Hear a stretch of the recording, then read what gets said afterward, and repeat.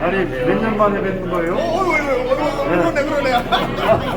우리나라에 찾았는데요.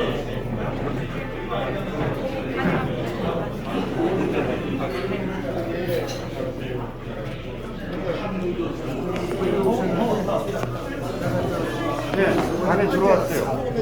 인사 나누신 분 자리에 앉아주시면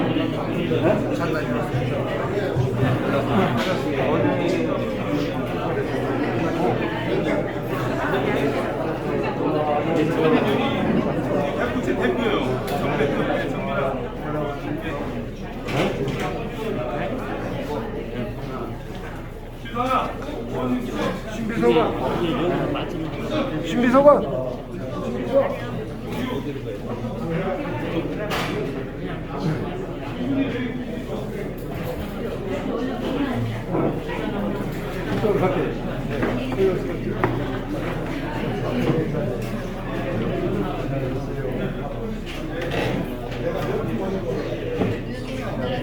의원님이 저 만들어주셨다는 시의원.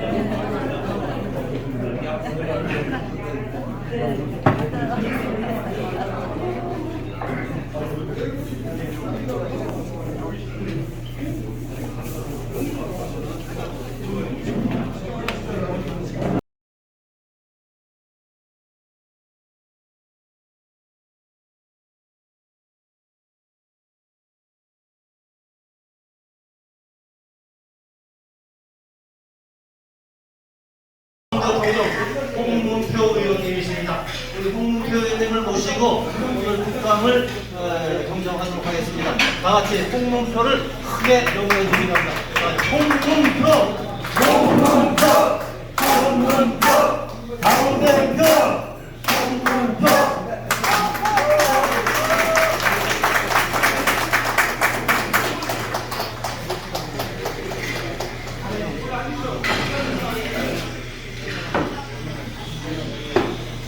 여러분들 감사하고 고맙습니다.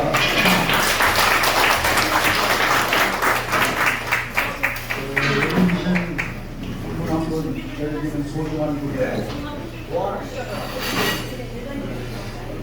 우리 대한민국 자유민주주의를 지키기 위해서 며칠이나 고생하시고 어느 자리에서든지 대한민국이라는 국가를 소중하게 생각하시는 분들이 오늘 자리를 함께 하셨다 이렇게 생각을 하고 있습니다. 제가 이 포럼을 함께한 동기들과 벌써 15년, 20년이 가까운 분인데 그 많은 그동안의 세월 속에 오직 바람도 불었고 또 태풍도 불고 그 바람도 쳤지만은 그 직업의 오늘의 이와 같은 정신을 함께하고 있는 것은 저 개인뿐이 아니라 우리 주민포럼의 한 분 한 분은 수과 의지하는 전부요 그리고 함께하는 소신이 있는 우리 모든 행동이라고 생각이 듭니다. 그래서 여러분들에게 다시 한번 말씀을 드립니다마는 이 대한민국이 가야 할 방향에 대해서 여러분들이 마음속으로는 갖고 있는데 이웃 간에나 동지 간에 제대로 마음을 놓고 표출을 못하고 있는 것이 오늘날 우리 주변의 대한민국의 현 실정이라고 저는 생각을 합니다. 오늘 이 자리에서만큼은 저도 소신 있는 말씀을 여러분들에게 일깨주고 여러분들도 또 의견이 달리해도 이해해 주시고 질문이 있으시면은 질문해 주시면은 성의껏 답변을 드리겠다는 전제의 말씀을 드립니다. 때마침 어제 롯데호텔 7층에서 대한민국 국가 발전에 대한 제가 참 주제넘게 우리 대한민국의 원로들을 모시고 어제 발표를 했었던 그 원고를 기본으로 해서 제가 말씀을 드리고자 합니다. 첫 번째, 지난번 대통령 선거와 6월 1일 지방선거 우리는 치렀습니다. 그 결과는 세상을 깜짝 놀라게 했습니다. 저도 놀랐습니다. 아마 여러분들도 놀랐으리라고 생각합니다. 그건 왜 그랬습니까? 이 민주당 좌파 정권 5년에 대한민국 구석구석이 물 안 드는 곳이 없고 손길 안 단 곳이 없이 흔들리고 불안했던데 이번 대통령 선거는 특히 충청인들은 충청 대망론을 한번 이뤄보자는 잠정적인 생각을 마음속 깊이 가라앉혀 있었고 또 하나는 아까 말씀드린 대로 이 정부를 그대로 가서 되겠냐 이거 바꿔야 된다 하는 국민의 여론이 저는 잠복되어서 두 가지가 결국은 상승작용을 해서 0.75가는 그런 승리를 했다고 봅니다. 이 승리는 사실 숫자상에 불과한 승리지 실질적으로는 승리라고 볼 수가 없습니다. 그래서 지금도 우리는 불안한 마음을 갖고 있습니다. 만약에 30% 정도 이겼다라 보면은 아마 지금 민주당의 상대 세력들이 저렇게 앙탈을 부리고 태클을 걸 수가 없다고 0.75 이거는 진 게 아니다. 언제든지 우리는 기업볼 수 있고 또 국회 180명이 있기 때문에 우리는 앞으로도 기회가 많다. 이런 전제를 깔고 지금 그들이 할 수 있는 모든 수단을 부리고 있는 거다. 그러다 보니 윤석열 정부는 탄생은 됐지만은 손에 쥘 만큼 딱딱딱 결론이 나와서 국민에게 줄 수 있는 거리는 아직 못 만들고 있는 것이 현실입니다. 6월 1일 지방선거를 했습니다. 여기에서는 전폭적인 많은 표를 우리 국민들이 주셨습니다. 대통령 선거와 지방선거 중간 사이에서 제가 지금 여러분들에게 말씀드린 0.75 야 이것 갖고는 윤석열이 안정이 안 되게 생겼구나. 이왕에 도와주는 기회에 윤석열이 조금 힘있게 도와주기 위해서는 이 지방선거를 우리가 좀 도와주자 하는 이심전심에 국민들의 정서가 깔려 있었기 때문에 뚜껑을 열고 보니까 이 충청도 삭막한 곳에서도 전승을 하다시피 했습니다. 그런데 오늘 이 자리는 우리 충청인들이 가장 즐겨 찾고 또 역사와 전통이 있는 바로 전라북도와 충청남도의 경계선에 우리가 이와 같은 좋은 포럼을 하면서 시국에 관한 문제를 같이 놓을 수 있다는 것이 얼마나 다양스럽고 감사한지 보다는 말씀을 먼저 드리며 오늘의 홍은석 총장은 우리 충청도 말로 마당발입니다.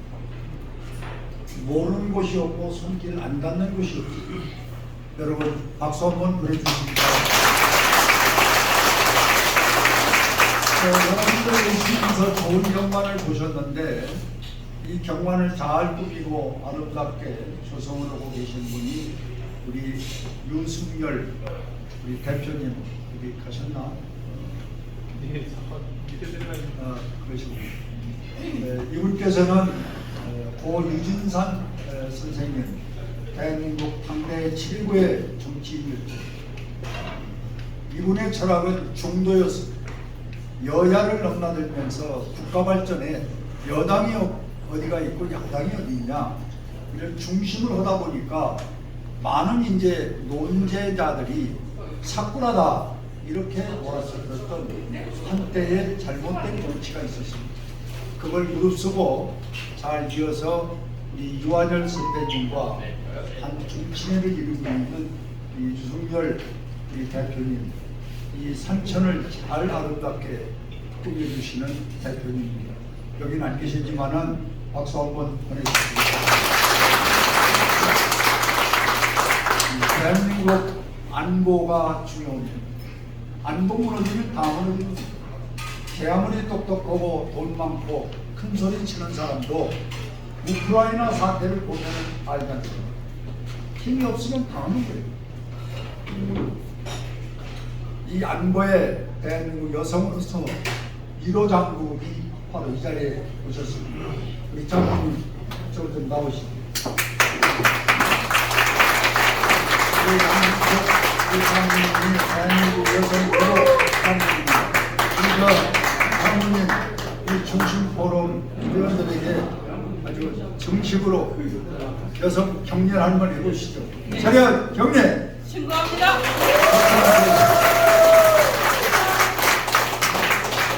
정직하죠? 정직하죠? 대단하네. 충청도가 그린 게 아니라 얘기 끝나고 한 10분 있어야 박수 치는데 그게 제일 강점이에요. 제가 한 일주일 됐으니까 원광대학에 특강에서 갔는데 거기서는 논리의 주제가 같으면은 이렇게 의자를 멀리 있다가도 한 발씩 꿀 박자옵니다. 뭐 다 들어요. 그리고 끝나면은 질문이 쏟아져요. 그 얘기는 뭐냐면 공감을 갖겠다는 거예요. 내 생각과 당신 생각이 차이가 있는데 공감을 갖겠다. 우리 충청도는 어떻습니까? 너는 너대로 해봐라. 공감이 없어요. 박수 누가 치면 어쩌서 한번 따라 치고.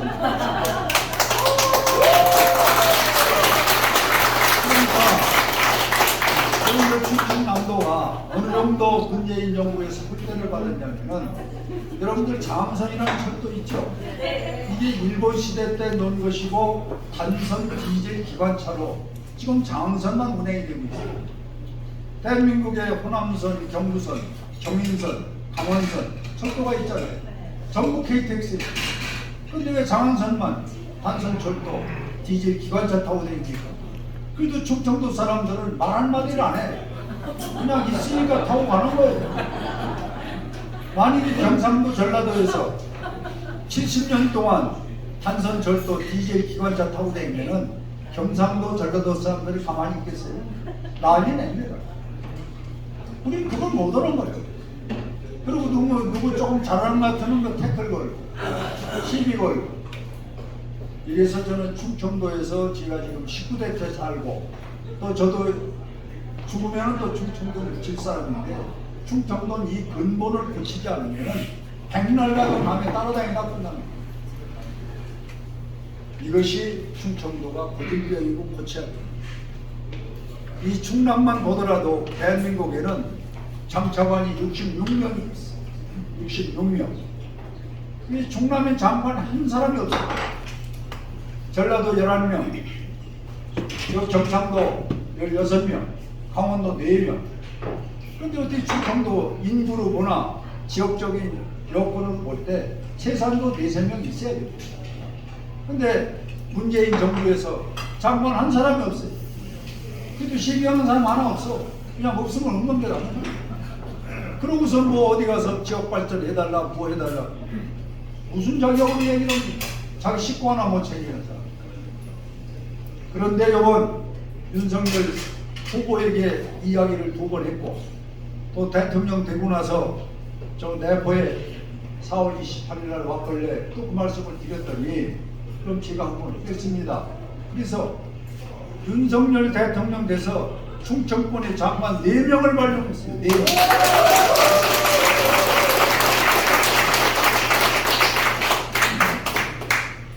정치가 이런 거예요. 그럼 우린 그걸 못 하지 않습니까? 맞아요. 우리 유승열 대표님 계실 때 제가 인사를 드렸는데 이 앞에 보시죠.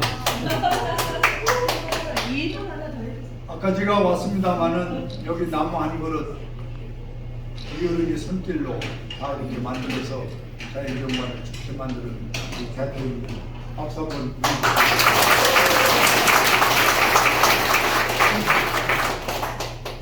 그래서 제가 말씀을 줄이겠습니다마는 이제 우리 대한민국도 충청 대통령 여러분들이 만들었으니까 질과 양을 바꿔서 실질적으로 변화를 가져와요. 그냥 적당히 어떻게 되겠지 이런 생각 가지면은 맨날 하루 다니다 보면 그 말씀을 꼭좀 우리 중심 포럼에 우리 충청도를 중심하고 대한민국을 중심한 여러분들에게 간곡하게 부탁의 말씀을 드리겠습니다. 또 한 분은 우리 계룡, 금산, 원산 우리 저와 함께 동지지역 국민의힘 지부당 위원장 최호상 위원장을 소개해드립니다.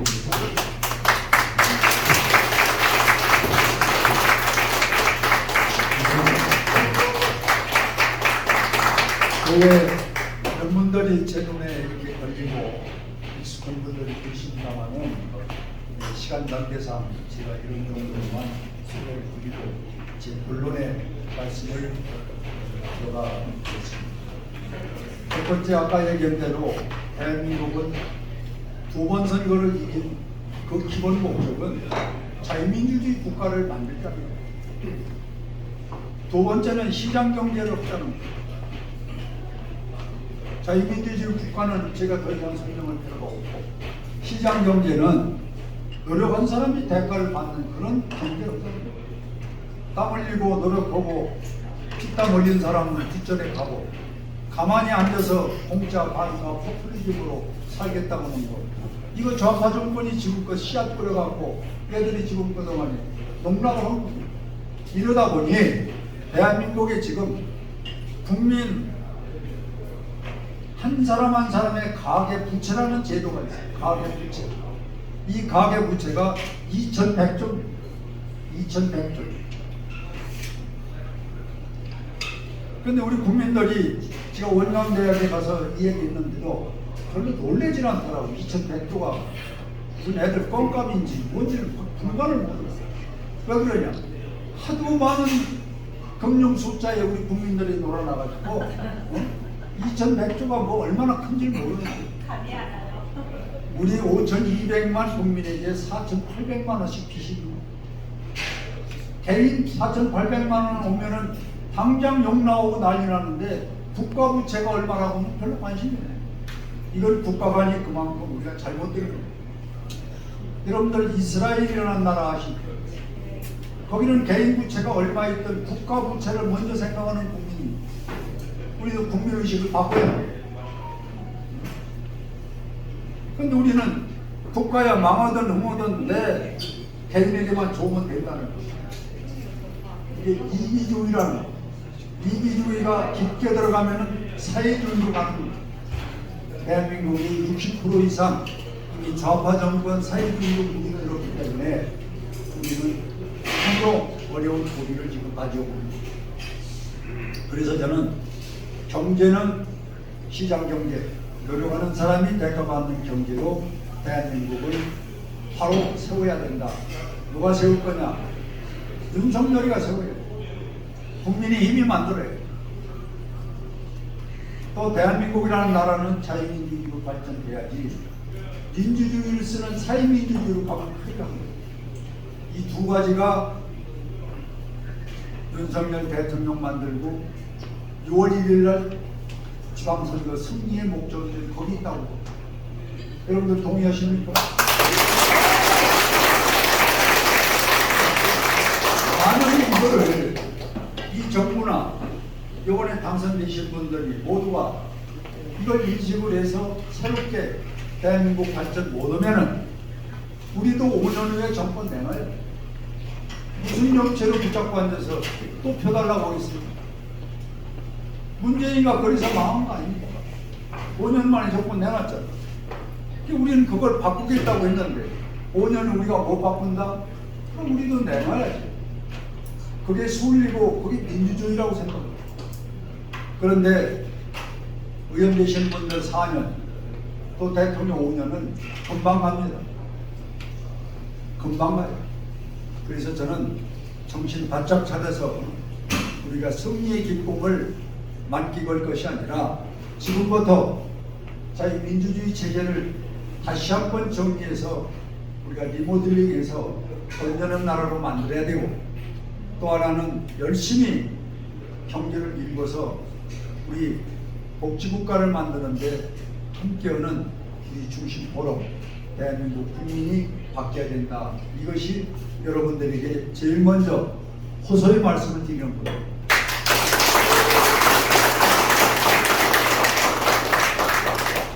이제 두 번째는 이렇게 엄청난 우리의 과업을 안고 있는데 집권을 했다는 우리 국민의힘이 벌써 싹수가 좀 노랗게 보이는 것이 걱정입니다.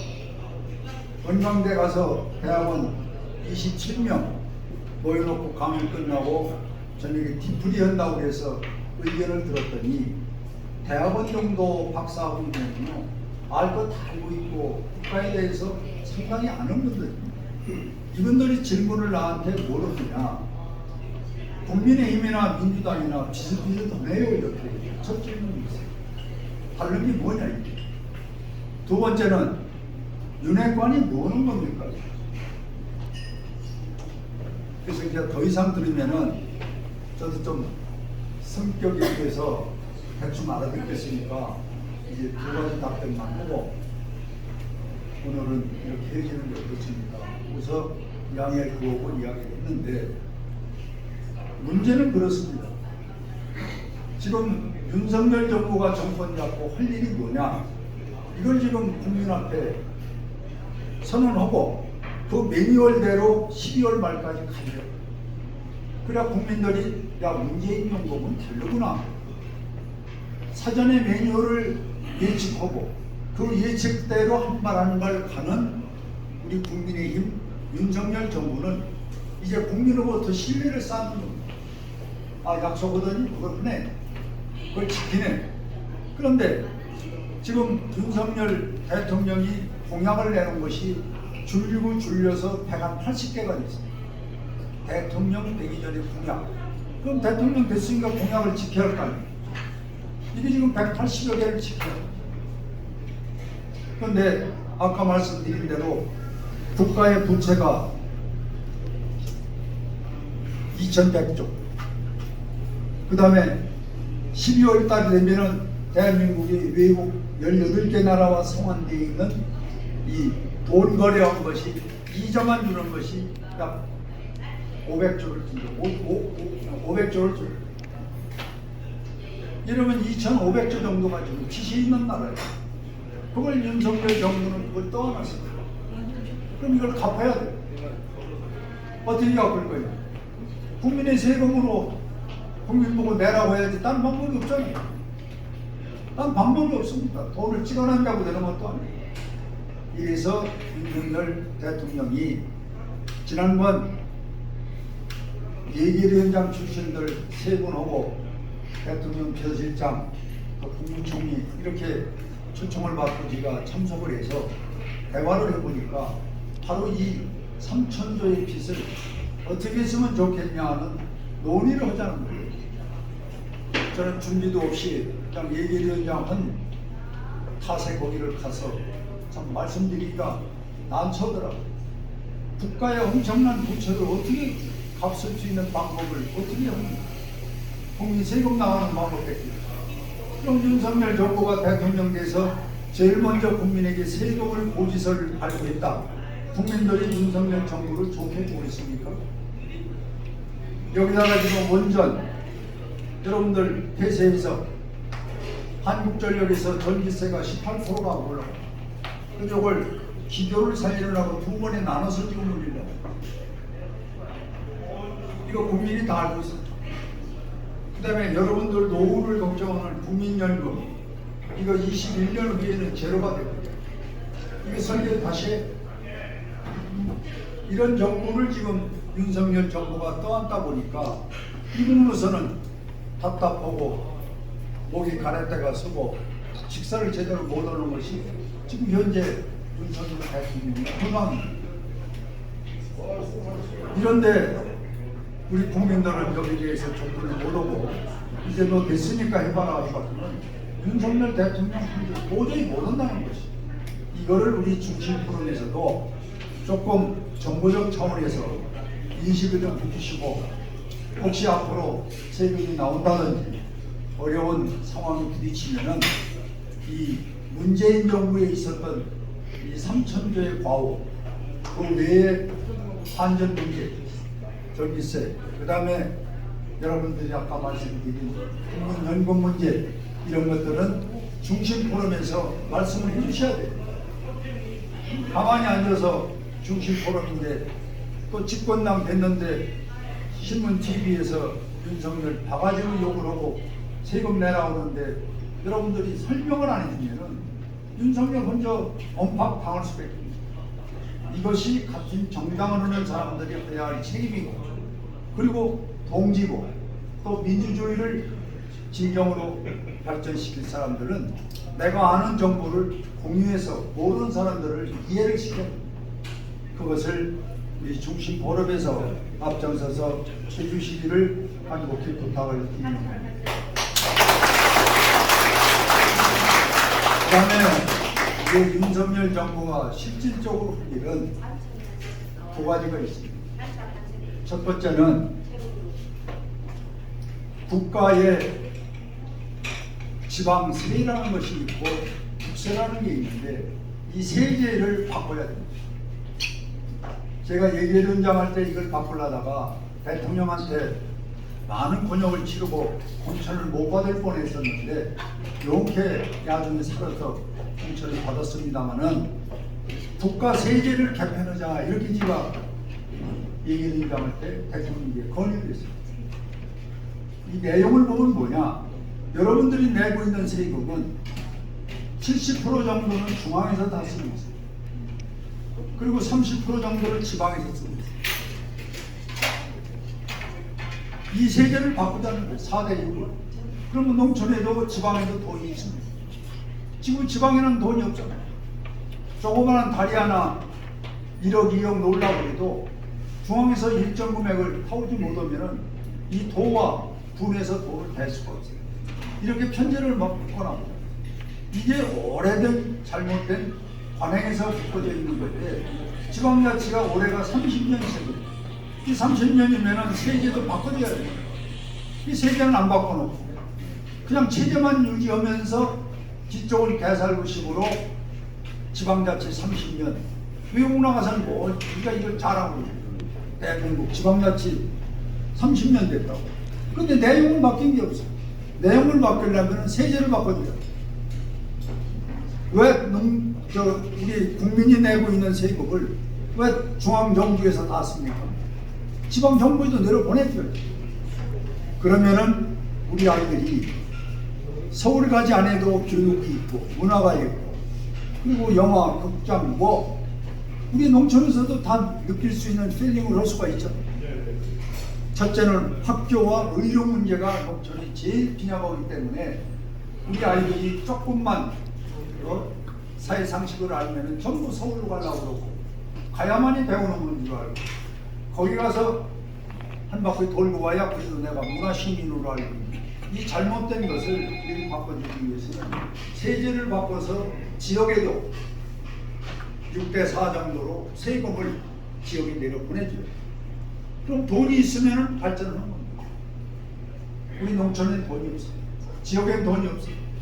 그래서 제가 부수적으로 세 가지 실례를 들어서 그때도 건의했던 건데, 첫 번째는 여러분들 지금 이 앞에는 술이 없습니다만은 술 주세라고 합니다. 주세. 이 주세가 네 가지가 있는데 그 지역에서 술을 많이 먹으면 그 지역에게 세제를 보탬을 줘야 됩니다. 지역에서 술을 많이 먹었는데 왜 서울서 돈을 갖다 줍니까? 이게 지방자치가 잘못된 거예요. 주세가 1년이면은 26조 정도 돼요. 이거 지방에 줘야 됩니다.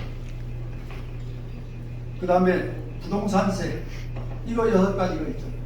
부동산세도 그 지역에서 거래가 되면은 그 지역의 세제로 편제를 잡아줘야 됩니다. 그런데 이것도 서울서 가져오고 이것도 잘못된 거예요. 그 다음에 교통유발세 이런 몇 가지를 이제 그 발생하는 지역에서 발생이 되면은 그 지역의 세제로 주라는 거죠. 그런데 우리는 지금 몽땅 갔다가 중앙에서 70% 쓰고 30%를 다시 내려가는 방법을 쓰다 보니까 대한민국의 세제가 지방자치에 안 맞게 되고 있는 것, 이거를 나는 윤석열 정부가 바꿔야 된다고 봅니다. 그래야 우리 농촌이나 이 지방자치 30년에 윤석열이 대통령 되더니 지방도 잘 살려내, 또 국민의 세금을 골고루 이렇게 균형 맞게 쓰려내, 이렇게 저는 세제를 바꾸는 것이 우리 국민 모두에게 국가, 국민 균형 발전을 할 수가 있다.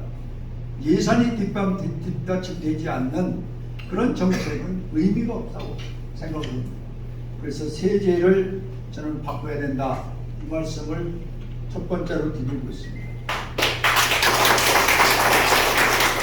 두 번째는 윤석열 대통령이 공약으로 냈던 130개의 공약, 이것을 이제 어떻게 해야 되냐, 실천하기 위해서는 국민한테 공개를 해야 돼요. 국민한테. 예를 들어서 농어촌 농민에게 필요한 그런 공약이다. 그러면 농어촌 농민을 만나서 공약 실천 방안을 얘기해. 그래서 공청회 토론에 간담회를 하는 겁니다. 그래서 교수와 전문가가 필요합니다. 이렇게 해서 윤석열 대통령이 공약 내놓고 실천 방안을 올 12월까지는 대한민국 전국을 다니면서 이 공약했던 거 하나하나를 매뉴얼을 놓고 부산에 가서 할 건가, 대구 가서 할 거, 또 대전, 충남, 그 지역 공약이 다 있거든요. 그 지역에 가서 전문가들과 그 시점 아는 분들과 공청회 토론에 간담회를 해야 됩니다. 그러면은 우리 국민들이 그동안 어느 정도도 보지 못했는데 대통령 공약을 우리 지역에 와서 공약 실천 방향을 토론회 공청회를 하네. 이게 벌써 달라진 거예요. 그리고 5개월, 6개월 지나가니까 그걸 바로 신문방송에서 실천을 하고 예산을 거기 집행을 해주네. 그러면 저는 믿음과 신뢰가 있는 정부로 간다고 봅니다.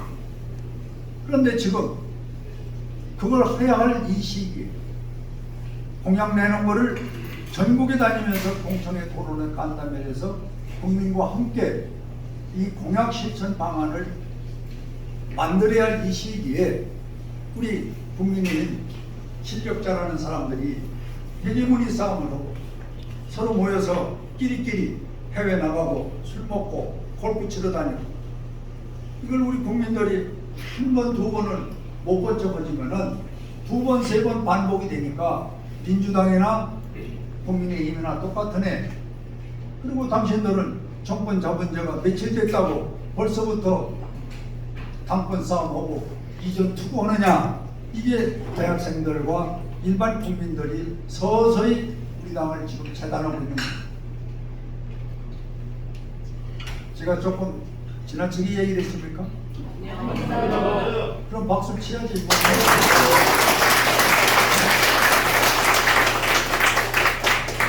여기는 공직자도 많으시고 언론도 많이 계신데 제가 이게 잘못하면은 이 정치 생명이 왔다 갔다 합니다.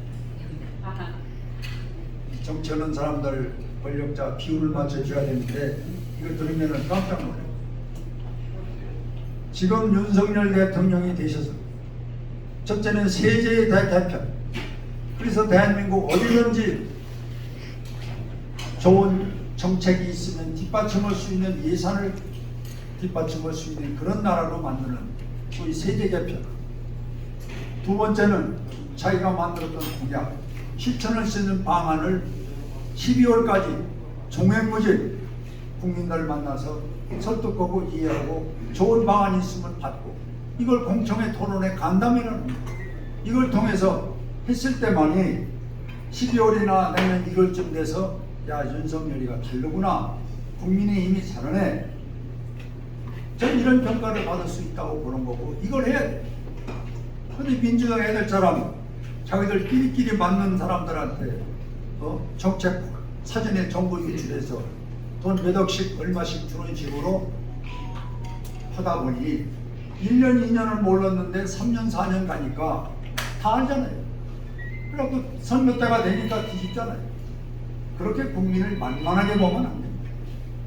그래서 저는 이 두 가지를 꼭 윤석열 정부에게 요구를 하고, 또 제가 기회가 있으면은 또 다음 주쯤 아마 대통령을 만날 기회가 있을 것 같은데 그 자리에서도 분명히 말씀을 드릴 것입니다. 이렇게 해서 이제는 체면 때문에 얘기 못 오고 그냥 넘어가다 보면은 이 잘못되어 있는 관행이 그냥 익숙해질 수가 있고 그냥 갈 수가 있어요.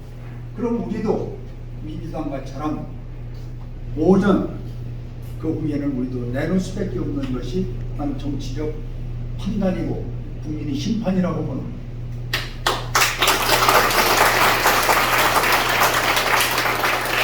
마지막으로는 제가 꼭 이 말씀을 드리고 싶은데, 아까 우리 유승열 대표님 하셨나? 여기 계셔서 제가 말씀을 드리는데, 여러분들 눈을 뜨면은 천지가 산입니다. 천지가 산입니다.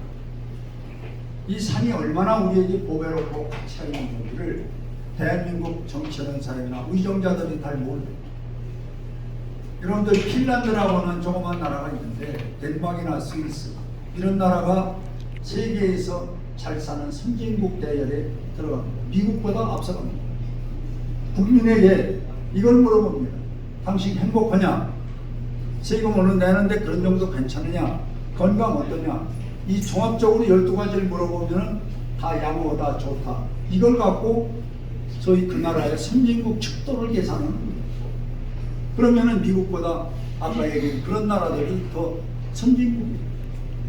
그 나라에 가면은 첫째 제일 중요한 게 산을 가꿀 수 있는 그 역량을 갖고 있습니다. 산.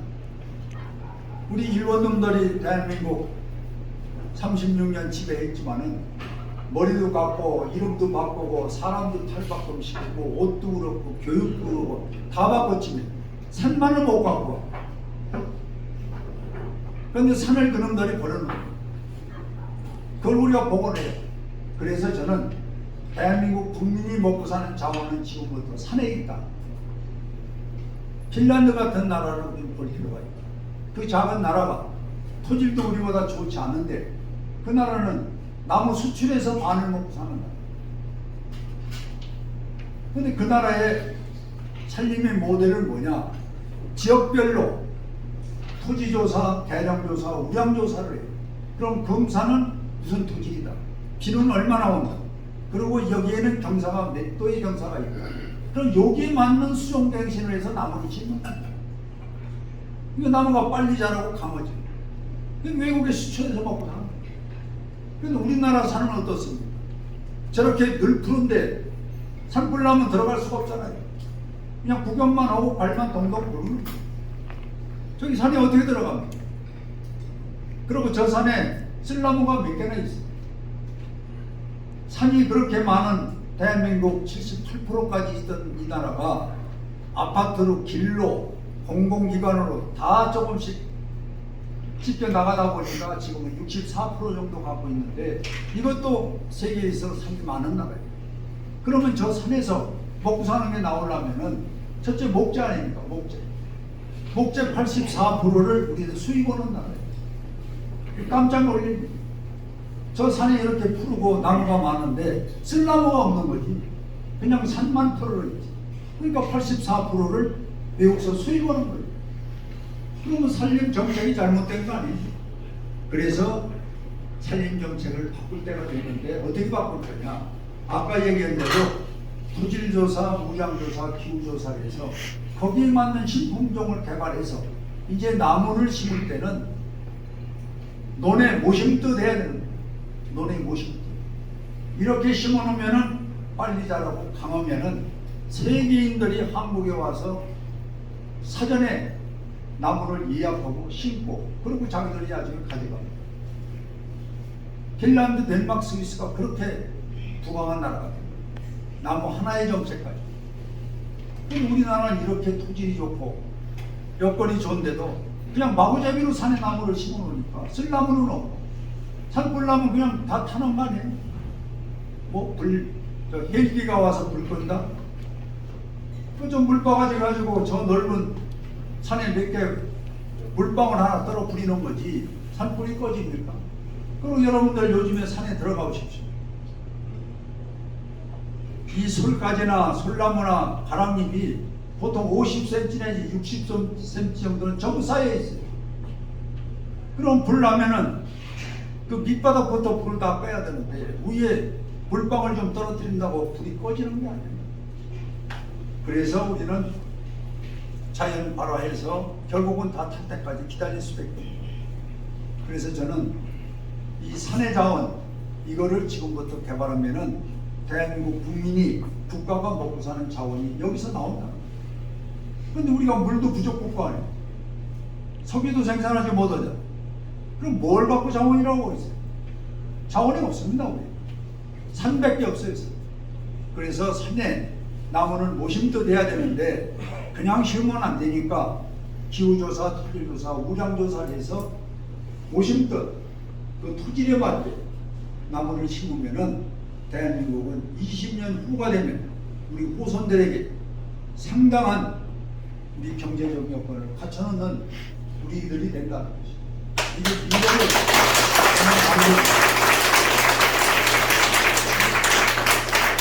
그래서 우리 경산 군수가 어제 제가 딴 관계로 만났는데 우리 예산 군수하고 홍성 군수는 이미 만나서 얘기가 됐기 때문에 그렇게 할 건데 대한민국 전체를 다 보기 위해서 대통령에게 건의하겠습니다만은 우리 산에는 인도를 필수적으로 내야지 말이에요. 인도. 산에 들어가서 다닐 수 있는 사람의 인도를 내야 되는데 우리나라는 지금 인도가 0.8%밖에 없어요. 이게 산불 나면 산으로 못 들어가요. 길이 없는데 어떻게 들어갑니까? 그냥 밖에서 구경만 하는 거죠. 인도를 내야 되는데 문제는 우리나라의 산에 3분의 2 정도가 이 투기꾼들 산을 개발하지 않고 그냥 사만 놓고 그 옆에 길나기 바르고 거기 무슨 공단 들어오면 자기 땅으로 거저 올라가니까 그런 것을 보고 있는 이 산림 지주들이 많아요. 이거를 제가 이번에 욕을 먹어도 법을 만들려고 그럽니다. 15년 이상 가지고 있고 개발하지 않는 것은 국가가 손을 대는 법을 만들자. 그래서 이 산의 국민적인 목적은 국민에게 돌려주고 그 지역민에게 돌려주는 산으로 가야지 산 한 번 사놓으면은 뭐 죽을 때까지 자기 걸로 놓고 국가가 관리해주지 않으면은 그 산은 쓸모 가치가 없는 거예요. 쓸나무도 없죠. 인도도 없죠. 그럼 땅끝 모르기만 바라고 산사는 거 몇 개 더 됩니까? 그건 산림의 정책에 어긋나는 것이다라고 보는 거예요. 그래서 저는 산에 대한 말씀을 지금 드린 것은 우리나라에 석유도 생산하지 못하고 물도 부족국가고 그러면 유일하게 있는 게 산인데 저 산을 그냥 바라만 보는 숲풀만 우거져 있는 산으로 놓는 거는 너무 아깝다. 국가 자원이 저기에 있는데 왜 개발을 못하느냐. 이래서 저는 산에 대해서 여러분에게 짤막하게 한 말씀 드렸는데 그들이 조금 더 관심을 가져주시면은 이 물의 가치를 여기 의원님 되신 분들이 특히 그걸 발휘해도 좋습니다. 시행용으로 각 시군 도에서 물을 어떻게 관리할 거냐. 물을 관리해야 됩니다.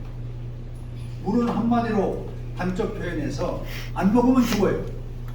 석유는 안 먹어도 살아요. 이렇게 물의 가치가 다른 거예요. 그럼 이 물을 어떻게 할 거냐?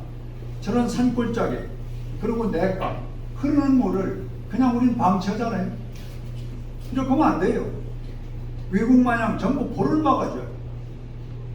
그럼 산에 가든 우리가 냇가를 가든 1km 단위로 포가 쫙 있다면은 어느 동네 마을에 가서 물이 쫙 있으면은 우선 풍요롭잖아요. 마을. 그런데 쩍쩍 갈라져 갖고 물이 없다면은 삭막하고 이렇게 물을 우리 국민들이 자원으로 생각해서 볼을 막는 국가의 시스템이 작동이 돼요. 그리고 산에 골목마다 볼을 막아놓으면은 산불 나면 거기서 수방호수 들여대면 불을 끌 수 있잖아요. 이렇게 산을 보호하고 육성하는 것은 또 다른 제도가 만들어져야지 지금 이렇게 무방비 상태로 아무나 심어놓고 산불 나면은 발만 동동 구르고 다 타고 나면은 뭐 여의도에 1000배가 불이 탔느니 뭐니 국민들한테 방송만 하는데 그건 전부 돈이 없으니까. 이래서 저는 산의 가치를 지금이라도 우리가 유일하게 갖고 있는 대한민국 산 이걸 보호하는 것은 제도를 만드는데 우선인데 그 제도의 중심에는 이 윤석열 정부가 집권당이고 우리 국민의힘이 집권당이기 때문에 여기서부터 시작해야 된다 이렇게 생각을 갖는 것입니다. 지금 말씀드린 것은 어제 롯데호텔 7층에서 대한민국 국가발전이라는 포럼에 제가 40분간 시간을 얻어서 발표했던 것입니다. 여러분들 참고해서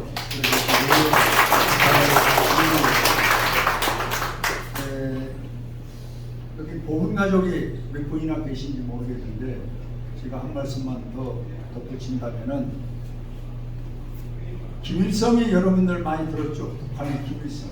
네. 김일성의 삼촌이 김형권입니다. 김형권. 그 외삼촌이 강진석이에요. 강진석. 메모해도 괜찮아요.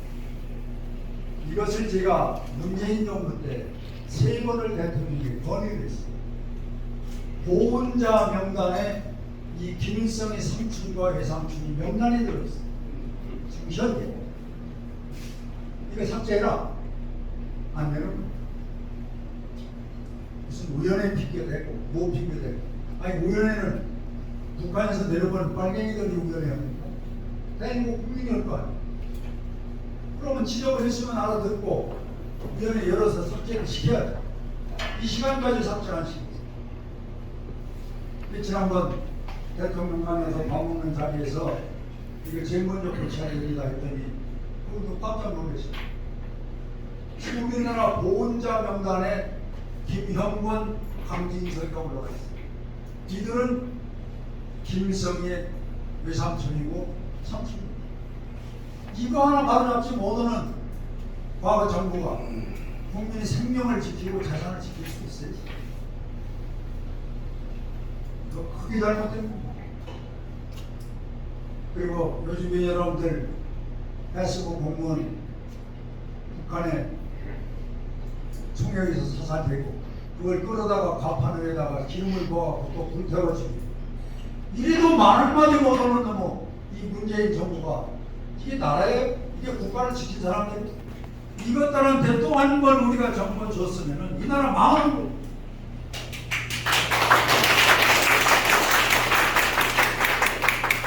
그래서 우리는 야심차게 제대로 해야 된다. 국민 생명 자산 지키고 자유민주주의 국가 지키려면은 제대로 해야 된다. 그래서 우리가 중심 포럼이 만들어진 거고 그 어려운 여건에서도 오늘 자리를 함께 한 거 아닙니까? 우리 국가와 나라를 위해는 그것은 여야가 저는 있을 수 없다고. 그리고 우크라이나 사태 이번에 대통령이 나토를 가십니다마는 우리 나토 회원국이 아닙니다. 16개 나라가 나토라는 협약국을 만들어서 이 공산주의와 맞서고 있는 그런데 이번에 우크라이나가 이 나토에 가입을 하고 있어요. 그러면 러시아하고 이제 거리가 멀어요. 여기서부터 이제 갈등이 생겨서 전쟁이 여기까지 옵니다.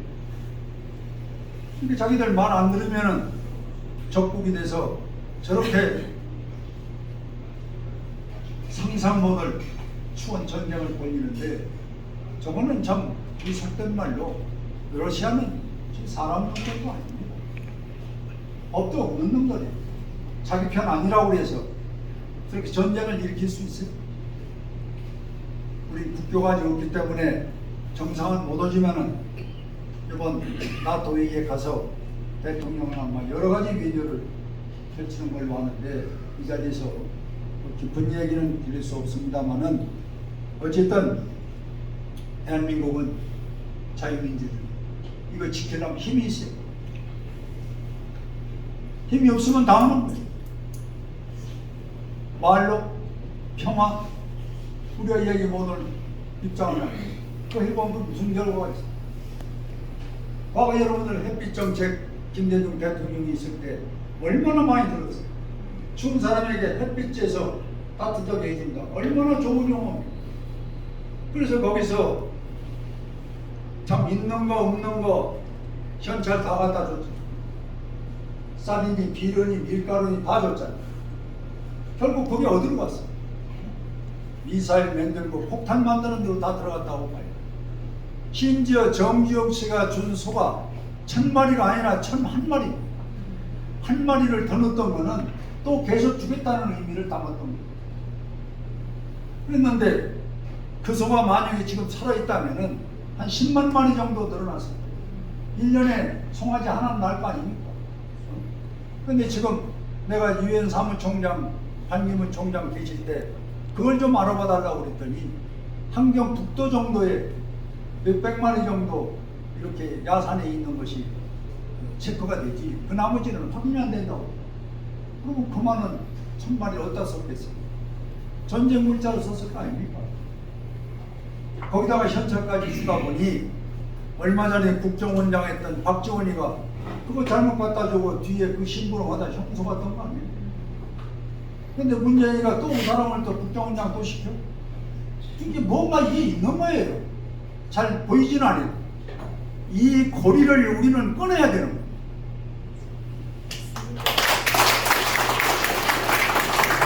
이걸 못 끊으면 과거 정부나 현 정부나 뭐가 다른 게 있어요? 하루에 3끼 먹는 거 6끼 먹는다고 살찝니까? 이런 것이 우리에게 당면한 문제인데 우리 국민의힘이 정권 잡고 100일도 안 돼서 우리끼리 티격태격하고 hegemo니 싸움하고 당권 경쟁하는데 수원권을 보이는 것은 우리 국민들이 그렇게 좋다고 이해하지 않습니다.